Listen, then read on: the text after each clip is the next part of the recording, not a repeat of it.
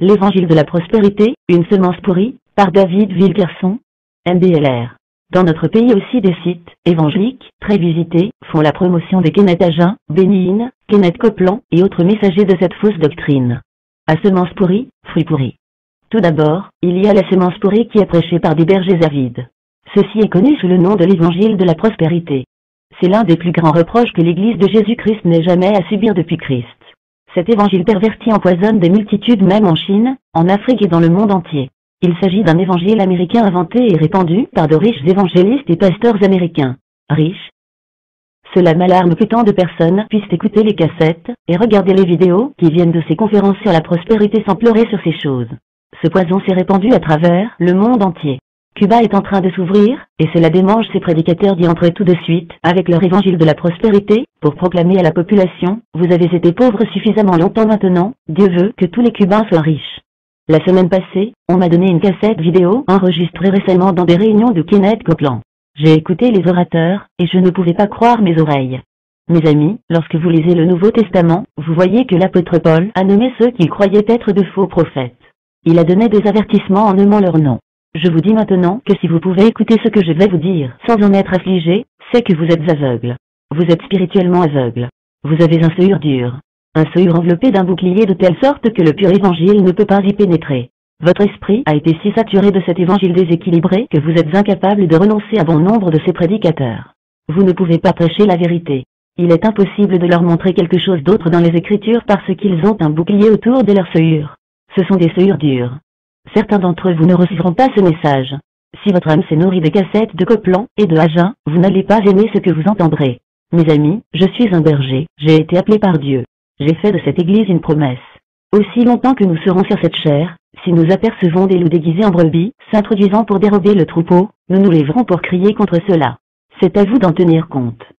Cette semaine, je me suis installé sur mon fauteuil, et j'ai écouté les orateurs parler à cette conférence, et j'ai été si choqué et blessé. Le fardeau de Dieu est tombé sur moi. C'est pourquoi je prêche aujourd'hui ce message. Pleurez sur ce message. Je cite mot à mot ce qui a été dit. Les orateurs pouvaient à peine tous passer parce que tous les gens se précipitaient avec des poches bourrées d'argent. La raison pour laquelle ils font cela provient d'une nouvelle doctrine qui vient juste de paraître et qui dit, si vous voulez être béni, vous devez trouver l'évangéliste ou le pasteur le plus béni que vous puissiez trouver parce que celui à qui l'on a beaucoup donné reçoit beaucoup, celui qui a peu, même ce qu'il a lui sera ôté. Si vous trouvez le prédicateur le plus béni et le plus prospère, et que vous lui donnez de l'argent, alors vous serez béni. Il sera encore plus béni, si vous donnez à ceux qui sont les plus bénis. C'est un mécanisme en forme de pyramide. Si ces hommes étaient dans le monde séculier, ils seraient mis en prison. Ce sont des structures pyramidales. Au sommet se trouve l'homme qui paraît le plus saint et parle le plus fort. Des centaines de personnes couraient jusqu'à ce que leurs poches grossissent. Le pécheur se demande, est-ce cela l'évangile de la liberté? Des billets de dollars? Écoutez ce qui a été dit. L'orateur s'est levé et a fait la déclaration suivante. Si une pauvre veuve vivant d'une allocation vous tente un billet de 5 $, vous feriez mieux de le prendre. Élie a pris le dernier repas de la veuve. Vous êtes celui qui est loin, vous le méritez, vous devez le prendre. Là, vous me dites que cela c'est l'évangile. Vous me dites que vous ne pouvez pas pleurer sur cela. Le même orateur a déclaré, j'habite dans une maison de 752. Je vais me faire construire une maison plus grande maintenant. Une maison dont le roi Salomon sera fier. J'ai payé seulement 15 000 $, 100 500 francs, pour avoir un chien. Vous voyez ce magnifique anneau autour de mon doigt, j'étais en Jamaïque, et je l'ai acheté pour seulement 32 000 $, 214 400 francs environ. Je veux que vous sachiez que, lorsque les gens dans ma ville passeront devant mon manoir, et qu'ils verront ma Rolls Royce couchée dans l'allée, ils sauront qu'il y a un Dieu dans le ciel.